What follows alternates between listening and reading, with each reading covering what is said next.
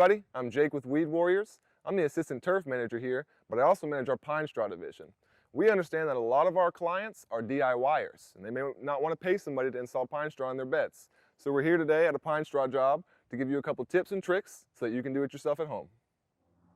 Some jobs in the landscape take a lot of equipment and materials and time.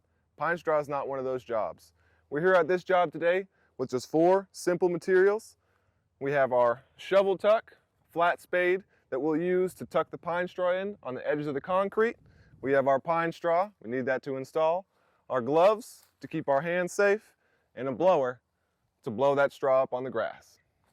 One of the most difficult things when DIYing your own pine straw bed is going to be knowing how much straw your landscape bed needs. I know from experience, starting around the front of that driveway to about here, this area this size will take me about 1 large pine straw bale. Your bed may take a little bit more, it may take a little bit less. You may have more shrub coverage, you may have ground cover and not want any straw here at all.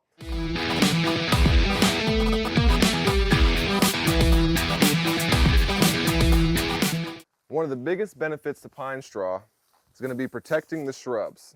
If we get a nice thick mat of pine straw down, we'll be able to cover up the ground and really insulate those shrubs a bit, allowing the soil temperature to stay a little higher when those freezes come, protecting your shrubs.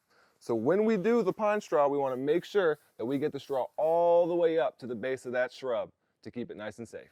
If you'll notice, our bed line ends about here, but our pine straw is going to come out about 12 to 16 inches past that bed line.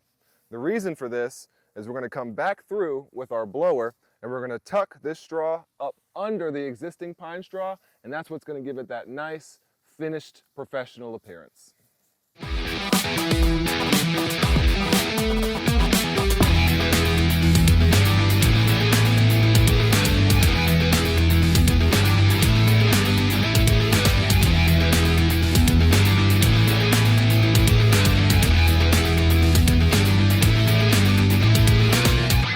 Unfortunately, if we were to come back with that same blower and tuck this straw while it's adjacent to concrete, the first gust of wind is going to blow all of our straw out of here and it'll be all over our driveway.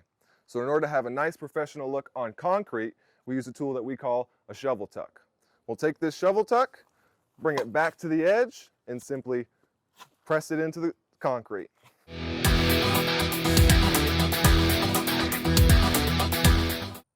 Thanks for watching. We hope some of these tips helped you with your own DIY pine straw job. If you ever have any questions, or you want a pine straw install yourself, give us a call.